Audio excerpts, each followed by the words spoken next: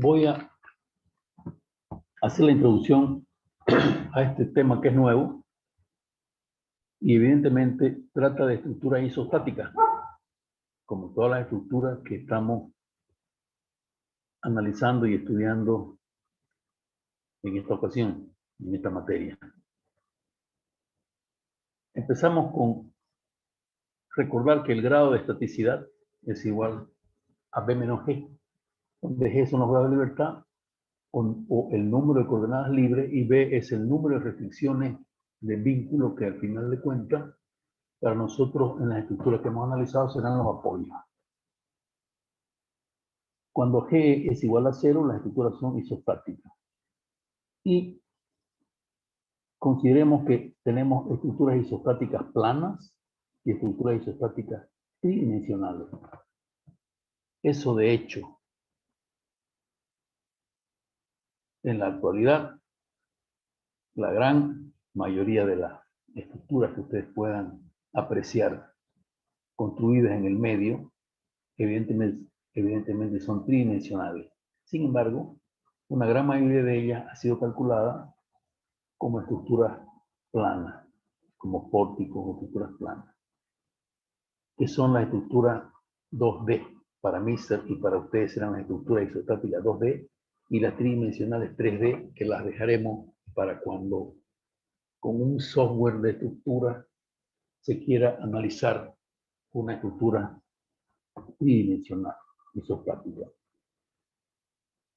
Estas estructuras isostáticas 2D las vamos a clasificar como las estructuras isostáticas de alma llena y las estructuras de alma hueca. El FLIES le llama de alma hueca o calada o estructura reticular porque evidentemente en relación a las que hemos estudiado son de alma llena porque haciendo un corte en cualquier barra estructural, cualquier chapa de las que hemos estudiado, tenemos que la sección es una sección de puntos rígidos materiales continuos. En cambio, las de alma hueca son, fíjense ustedes, un tinglado cualquiera, un arco de un tinglado. Ustedes hacen un corte perpendicular y van a tener que la sección son 4 redonditos que son los cordones de esa sección, como más tarde lo veré. En las estructuras de alma llena, lo que se tiene cuando es una chapa simple son 3 grados de libertad. Y cuando son más chapas articuladas, el grado de libertad es igual al grado de libertad del sistema desarticulado menos la sumatoria de los vínculos internos o de las restricciones que le impone cada una de las articulaciones entre chapas. Estamos hablando de sistemas multiarticulados. Pero para las que se calcula el momento flector, el esfuerzo de corte y el esfuerzo normal. Es decir, completamos el estudio de una estructura isostática de alma llena cuando luego de determinar las reacciones de vínculo determinamos MZ, QI y NX para las estructuras planas. En cambio, en las de alma hueca también tenemos una chapa simple que tiene 3 grados de libertad y también es válida la expresión G igual grado de libertad del sistema desarticulado menos la sumatoria de las restricciones por las articulaciones internas. Con una similitud o con una identidad. Ambas se pueden, o a ambas se le calcula la isostaticidad externa. Es decir, luego de calcular los grados de libertad, vemos la sumatoria de los B sub I corchete y vemos si la estructura es isostática cuando hay una coincidencia entre el número de grados de libertad de la estructura del diagrama de cuerpo libre y los apoyos externos. Exactamente lo mismo ocurre con las estructuras reticulares, escaladas o de alma hueca. Sin embargo, es decir, que para ambas se calcula una isostaticidad externa. Es isostaticidad externa porque estamos refiriéndonos a que los grados de libertad de la estructura en su conjunto se la compara con los apoyos o las restricciones externas y se tiene que estar verificando su estaticidad, pero externa. En las estructuras de alma hueca o reticular, además de tratarse exactamente igual como las estructuras de alma llena o los sistemas de alma llena, hay un análisis de su isostaticidad interna, cálculo de su isostaticidad interna, es decir, que se las calcula al igual que las de alma llena, con su isostaticidad externa y además la isostaticidad interna, como veremos luego. Y acá ya no se calculan los momentos flectores de esfuerzo normal y esfuerzo de corte, sino todos son esfuerzos en barra. Estos vienen a ser exactamente igual que el NX de alma llena. Se calculan entonces solamente los NX, que se llaman esfuerzos en barra. Pasemos.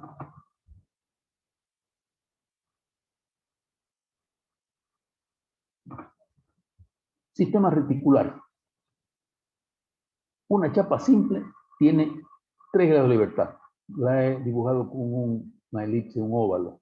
Esa es una chapa simple como la que estamos acostumbrados a manejar. Se la simboliza así, con esa chapita, y tiene 3 grados de libertad. Si esa chapita la alargo, es decir, en vez de tener una forma de chapa así ovoide, la estiro y la dejo y la asimilo a una chapa, pero con una longitud predominante en relación a la otra, es decir, es una chapa lineal, es una barra. Esta se llama barra.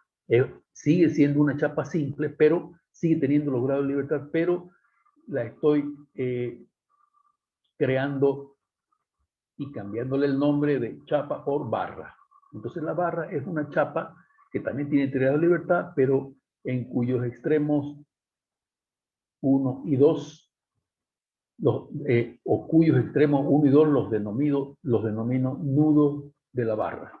Entonces tenemos ahí simultáneamente la barra y un nudo 1 y un nudo 2. Es decir, que la barra va del nudo 1 al nudo 2. Veamos ahora el sistema de dos chapas S1 y S2, al cual estábamos acostumbrados a manejar, que era el sistema triarticulado. Chapa S1, chapa S2, la articulación A1-2. Acá, como acostumbramos, los grados de libertad son los grados de libertad del sistema desarticulado son 2 por 3 igual a 6. Si sumamos lo que quita las articulaciones internas, como es una articulación A1-2 entre dos chapas, quita 2. Por lo tanto, G igual a 4. Eso es similar a articular dos barritas, como lo están viendo, ya no dos chapas ovoides o elípticas, sino como dos barritas. Si a nuestro sistema de chapa S1, S2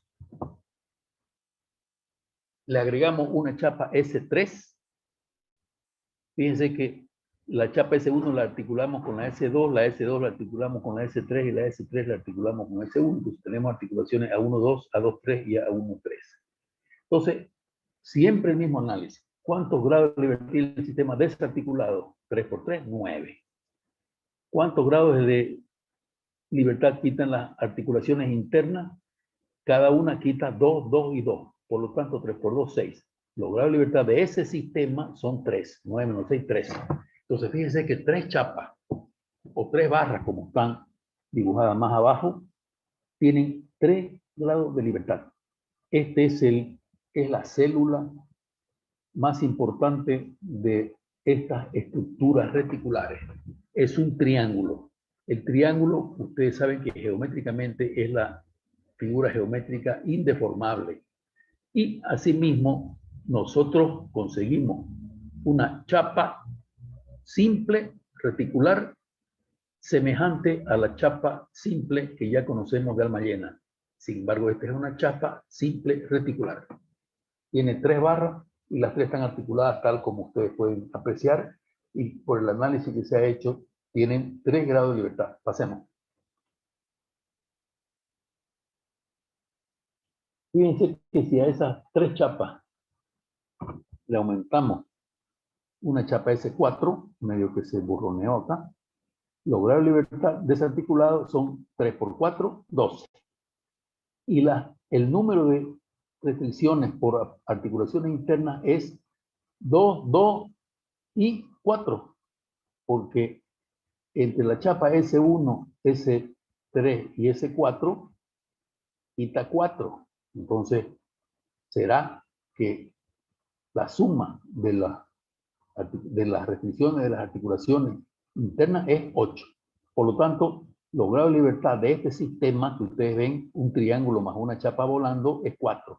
Igual al dibujito que ven a la derecha que dice S1, 2, 3 y una articulación. Es como si fuera, ya el triángulo es una chapa, que ligada a otra chapa tiene 4 grados de libertad, como cuando trabajábamos simplemente con el sistema de 2 chapas articuladas. Si vamos al siguiente dibujo, al triángulo con una chapa S4 le estamos agregando una chapa S5. Estamos cerrando la chapa S4 con una chapa S5 y que se junta con el extremo de la S3. Entonces, nuevamente, ¿cuántos grados de libertad? ¿Cuántos grados del sistema desarticulado? 1, 2, 3, 4, 5 por 3, 15. ¿Cuántos grados de libertad quita cada articulación? Quita 2, está en celeste, quita 2, quita 4, quita 4, quita 2. Entonces, quiere decir que quita 4 y 4, 8, 2, 10, 2, 12. 15 menos 12, 3. Quiere decir que entonces, fíjense que estos dos triángulos tienen 3 grados de libertad. Ya son como una chapa simple. Le hemos agregado un par de barras y hemos conseguido una chapa simple, pero a costa de agregarle 2 barras más. Vamos a ver la que sigue. Si a la barra que tenemos le aumentamos una chapa S1, 2, 3, 4, 1, 2, 3, 4, 5. Bueno, le estamos agregando una chapa que le puse yo S6, debería ser, le puse S5. Aquí estamos nuevamente haciendo el análisis. Si la chapa S1, S2, S3, S4 y S5, pero la que no está mal marcada, es como una chapa S1, 2, 3, 4, como hemos visto arriba, le estamos agregando otra chapa más que aquí está dibujada como S5. Exactamente igual. Los grados de libertad desarticulados es 1, 2, 3, 4, 5 por 3. 1, 2, 3, 4, 5, 6 por 3, 18. ¿Cuánto quitan las articulaciones internas? 2 más 4 más 4 más 4 quitan 14, por lo tanto G igual a 4. Igual que el esquema de la derecha, que es un sistema triangular, donde S1, 2, 3, 4 es una chapa y S5 es la otra chapa. Seguimos entonces viendo que agregándole a la chapa de dos triángulos otra chapa, el comportamiento estático, el análisis estático es que es un sistema triarticulado. 2 chapas articuladas. Pasemos.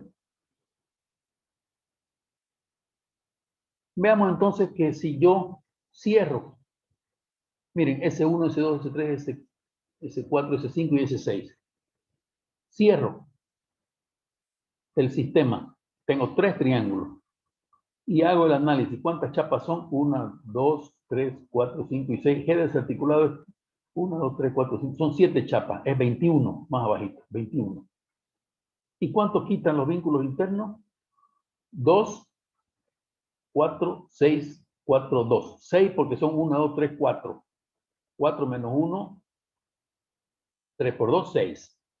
Entonces, lo que quitan las articulaciones internas es 18. Entonces, 21 menos 18 igual a 3. Quiere decir que esto que ya tiene 3 triángulos, tiene un comportamiento como una chapa simple. Es una chapa simple. Quiere decir que nosotros si vamos agregando 2 barras, 2 barras, 2 barras, 2 barras, 2 barras hasta el infinito, vamos a ver que con este mismo análisis, cada que agregamos 2 barras, obtenemos un sistema de barras trianguladas que van a comportarse como una chapa con 3 grados de libertad. Entonces, nos está asegurando este procedimiento una isostaticidad interna, porque fíjense que no hemos considerado en absoluto apoyos externos, hemos considerado que los grados de libertad tienen que ser 3, porque el comportamiento es como si fuera una chapa.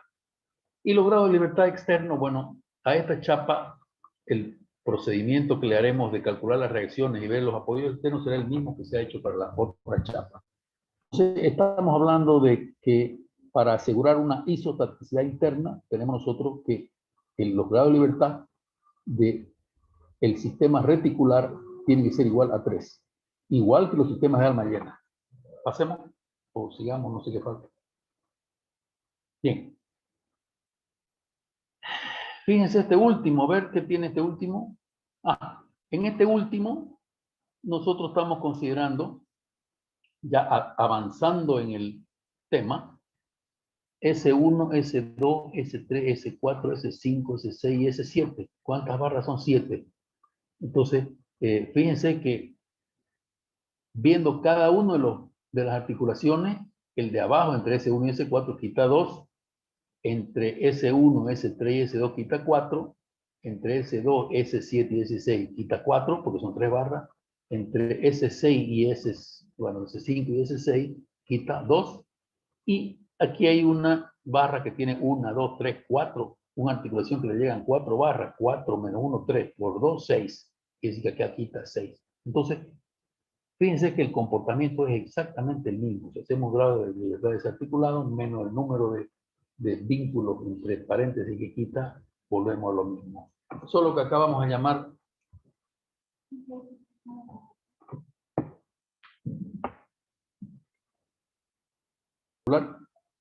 y si le hacemos la ecuación G desarticulada, ¿cuánto sería G desarticulada? ¿Cuántas barras hay? 1, 2, 3, 4, 5, 6 barras.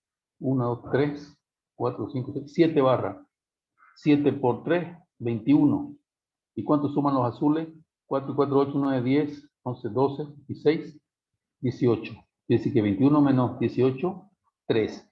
Está comportándose exactamente como una chapa simple, 3 grados de libertad. Si le llamamos B al número de nudos, que son las articulaciones, y B al número de barras, pasemos más abajo, o a la próxima. Esta estructura tiene 5 nudos y 7 barras. Hay una ecuación que las liga que dice que el número de barras tiene que ser el número de vértices más 2. 1, 2, 3, 4, 5 vértices o nudos más 2 es el número de barras. Entonces, ya considerando la que ustedes ven como una estructura, como un diagrama de cuerpo libre de una estructura con cargas P sub I, P sub J, P sub K, por ser que la geometría de las barras es una barra como una biela, solamente absorbe carga o fuerza según su eje geométrico. Entonces, si vemos en el dibujito de más abajo,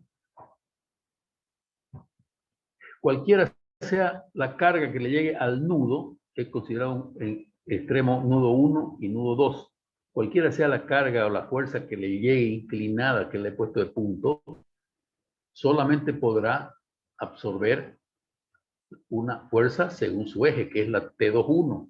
Se llama T21 porque está en el nudo 2 y va al nudo 1, y la T12 porque va del nudo 1 al nudo 2. Quiere decir entonces que para que esta barra esté en equilibrio dentro de la estructura, sometida a las fuerzas externas T21 y T12, deberá desarrollar dos fuerzas internas iguales y opuestas en cada nudo. En el nudo 2, la celeste sentido opuesto, y en el nudo 1 la celeste en sentido opuesto. A ambas barras, a menos T12 y T21, le llamamos menos S12. Entonces, ¿qué quiere decir? Que habrán dos barras de sentidos opuestos a la T21 y a la 12, que, como ustedes pueden ver en celeste, desarrollan un sistema que converge cada fuerza al nudo, equilibrando la fuerza externa T21 y la T12. Se le llama S12 o esfuerzo en la barra, que es lo que nosotros calculamos cuando resolvemos una estructura reticular. Entonces, aquí dice negativo. ¿Por qué? Las dos índices de las celestes van hacia afuera, pero es porque son las reacciones a las fuerzas que en sus extremos comprimen la barra. Entonces, este es un esfuerzo de compresión, S12 es un esfuerzo de compresión. Está formado, por supuesto, con las dos fuerzas en celeste internas y opuestas a las que se aplican en los nudos. Vamos. Finalmente, para que ustedes puedan ya juntar todo lo que se ha dicho hasta el momento. Todavía no vamos a calcular los esfuerzos en barra, Eduardo. No vamos a calcular los esfuerzos en barra. Vamos a analizar estas dos estructuras reticulares. Fíjense que ambas son una chapa simple. ¿Por qué una chapa simple? Porque ya hicimos atrás una serie de ejercicios teóricos en los que, viendo el número de barras, viendo lo que quita cada articulación entre barras, considerando el sistema desarticulado y sumando las restricciones de vínculo de cada articulación, veamos y analicemos este pórtico superior. Este pórtico superior es una sola chapa, por lo tanto externamente tiene un apoyo doble y un apoyo simple. Eso es para que sepamos que hay una estaticidad externa, es una chapa y sus 3 grados de libertad restringidos, quiere decir que la estaticidad externa está resguardada. Entonces veamos qué pasa con el interior. El nudo 1 entre 3 barras quita 4. El nudo 3 son 4 barras, esa articulación quita 6. El nudo 5, la articulación del nudo 5 quita 2, del 6 quita 8, porque son 1, 2, 3, 4, 5.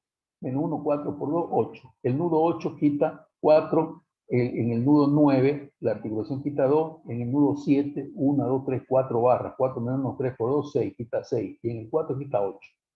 Si sumamos las 13 barras desarticuladas, el grado de libertad desarticulado es 13 por 3, 39. Y si sumamos los B sub I, suman 42. 42 menos 39, 3. Quiere decir que la estructura es isostática internamente. Entonces, fíjense que este es un ejercicio bien ilustrativo. Tenemos la chapa reticular, que es como si fuera una chapa simple con 3 grados de libertad. Sin embargo, con los 3 apoyos externos, su estaticidad externa, su isostaticidad externa está cumplida, está resguardada. Y la isostaticidad interna, fíjense ustedes que es G igual a 3 también, está cumpliendo. Sin embargo, vamos a la chapa de abajo. En la chapa de abajo le hemos agregado del nudo 4 al nudo 8 una barra. Entonces, ¿cuántas barras son? Son 14. Entonces, los grados de libertad del sistema desarticulado son 14 por 3, 42. Si vemos ahora cuántos grados de libertad quita cada articulación, lo que está en verde se repite. Sin embargo, en el nudo 4, como se agregó la barra 4, 8, ahí los grados de libertad que restringe la articulación 4 son 10. Y en el nudo 8, en vez de restringir 4, restringe 6 porque son 4 barras. Entonces, si el número de barras es 14, los grados de libertad del sistema desarticulado son 14 por 3, 42.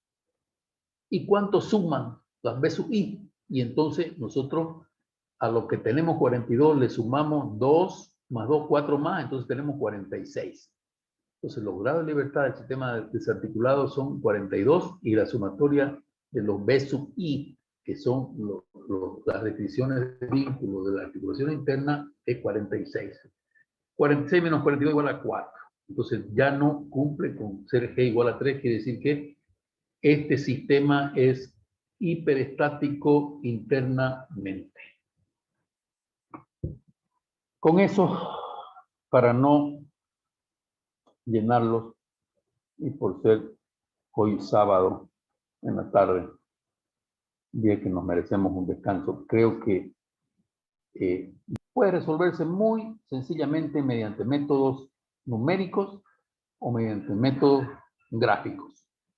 La de abajo ya no, porque al ser hiperestática habrá que echar mano a algún procedimiento antiguo de resolver estructuras reticulares hiperestáticas que ya está totalmente fuera de uso. Sin embargo, se la podrá resolver muy fácilmente con un software especializado en que el software simplemente considera la geometría y las cargas y todas las características de los elementos y materiales que se le introduce y resuelve, sea isostática o sea hiperestática. En cambio, vuelvo a repetir, la estructura de arriba simplemente se la resuelve mediante las ecuaciones básicas de proyección y equilibrio de la isostática. Y fíjense que acá, para resolver las reacciones de vínculo, tenemos una reacción en el nudo 1 y una reacción en el nudo 1, que es el apoyo fijo, y una reacción en el nudo 2. En el nudo 2 será pues una reacción de apoyo simple y en el nudo 1 será una reacción de apoyo doble que tendrá una componente vertical y una componente horizontal. Entonces, las barras, las cargas se las coloca en nudo. No he hecho el ejercicio, pero anticipo. Las fuerzas se las coloca en nudo. Y cada nudo, si tiene dos incógnitas, será un sistema de fuerzas concurrentes a un punto. Entonces, así nosotros empezaríamos a resolver los esfuerzos en barra. ¿Cómo sería en el caso, ya pues Eduardo, de la estructura superior? Si nos vamos al nudo 1,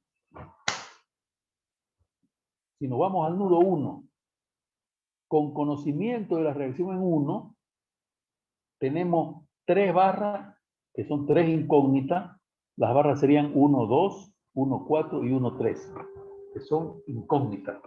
Entonces, no podríamos resolver un sistema de fuerzas concurrentes al nudo 1 con 3 incógnitas y la reacción o las 2 reacciones que son conocidas porque ya se las calculó cuando se calculó externamente la chapa. Entonces, ¿qué haríamos? Buscamos un nudo donde solamente existan 2 incógnitas. Entonces, fíjense que en este caso, el apoyo 2 o el nudo 2 ya tiene resuelta su reacción, que es una reacción vertical, y como tiene solamente 2 incógnitas, la 2, 4 y la 2, 8, evidentemente que en forma inmediata se podrá plantear las ecuaciones de equilibrio para este nudo 2 y obtener los esfuerzos en la barra 2, 8 y en la barra 2, 4. Pero fíjense que casualmente, como la reacción es vertical, esta directamente se equilibra con la barra 2, 8. En cambio, no tendría valor, sería nulo, la componente de la reacción del nudo 2 en el sentido horizontal. Quiere decir que el esfuerzo en la barra 2, 4 es 0. Y el esfuerzo en la barra 2, 8 es igual que la reacción 2, que sería la reacción del apoyo móvil. Entonces, ya podemos ya volver entonces al nudo 1, en el que la reacción o el esfuerzo en barra, ya podemos ir llamándole 1, 2, es 0. Cuando estamos en el nudo 1, el esfuerzo en barra es 1, 2. Y cuando estamos en el nudo 2, el esfuerzo en barra es 2, 1. Entonces, fíjense que en el 1, que ya tiene H sub 1 y B sub 1 resuelto, solamente tendríamos 2 incógnitas, la incógnita 1, 4 y la incógnita 1, 3. Entonces, ese nudo, mediante las ecuaciones básicas de equilibrio, de proyección más bien, como resolviendo, solamente proyección, 2 ecuaciones de proyección, como resolviendo un sistema de fuerzas concurrentes al nudo 1, podemos determinar 1, 3 y 1, 4. Cuando determinamos 1, 3, ¿qué ocurre cuando determinamos 1, 3 y 1, 4, ¿qué ocurre con el apoyo 3? En el apoyo 3 tendríamos que resolver este sistema de fuerzas concurrentes al nudo 3. Y en el nudo 4 tendríamos que resolver las fuerzas concurrentes al nudo 4. Entonces, nosotros vamos resolviendo y avanzando según un método, llamémosle un método numérico racional, en el que vamos resolviendo nudo por nudo. Bueno, entonces habrán métodos gráficos y métodos numéricos que los veremos con ejercicios más concretos. Entonces, la solución del problema está en determinar entonces todos los esfuerzos internos en barra Es decir, que para la barra 3, 4, 3, para la barra 1, 3, la barra 3, 4, la barra 2, 4, la barra 4, 7, 6, 8, 5, 6, 3, 5, etcétera, etcétera, etcétera, vamos a tener que determinar nosotros numéricamente esos valores y van a ser de tracción o de compresión. Y eso lo ponemos en una tabla y en la tabla vamos a ver a cuánto está sometida cada barra a tracción o a compresión. Entonces, por hoy sería suficiente. Creo que hemos avanzado